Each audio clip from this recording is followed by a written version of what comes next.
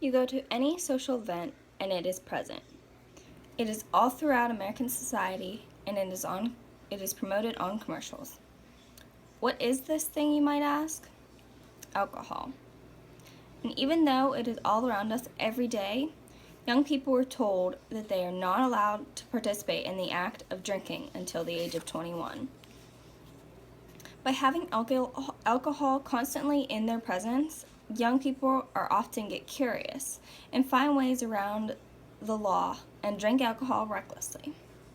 Ultimately, the most effective way to help the situation is by lowering the legal age of drinking to the age of 18. I'm going to tell you about the current legal drinking age, the effect this has. Drinking age has affected American social norms, and the potential benefits of lowering the legal drinking age.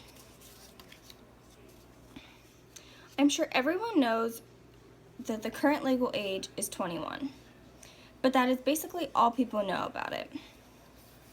The act that established this age was the National Minimum Drinking Age Act of 1984.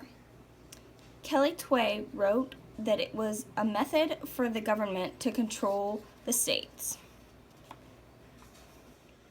And Barrett Shearman wrote in his book, Hoboken, that the act was highly supported by MADD, which stands for Mothers Against Drunk Driving. There have been multiple attempts to try to lower the drinking age in 7 states. They even filed bills to lower the drinking age to 18. Now that I have told you about the U.S. legal drinking age, I want to now tell you about how it affects American social norms. Teens are not educated enough about alcohol responsibility. In this day and age, there are very high rates of alcohol abuse and addiction. As stated by Henry Wichsler in Dying to Drink, binge drinking is increasingly prevalent, and youths continue to drink more than ever illegally. Since the current policy in the United States has been ineffective at creating more irresponsible drinkers, it is obvious that a modification is needed. I will now explain to you how beneficial it would be to lower the drinking age legally. There are so many potential benefits of lowering the drinking age. People in society would have a change in attitude towards the alcohol consumption, especially in people that were more educated on alcohol. As stated by Anne Marizando in Alcoholism, that there would be more likely less alcohol abuse and also less addiction, because obviously people would be more educated and they would never want to be abusing this type of liquid. If the legal age of drinking was lowered, alcohol would not be considered to be the forbidden fruit, because the people it is forbidden from can now have it.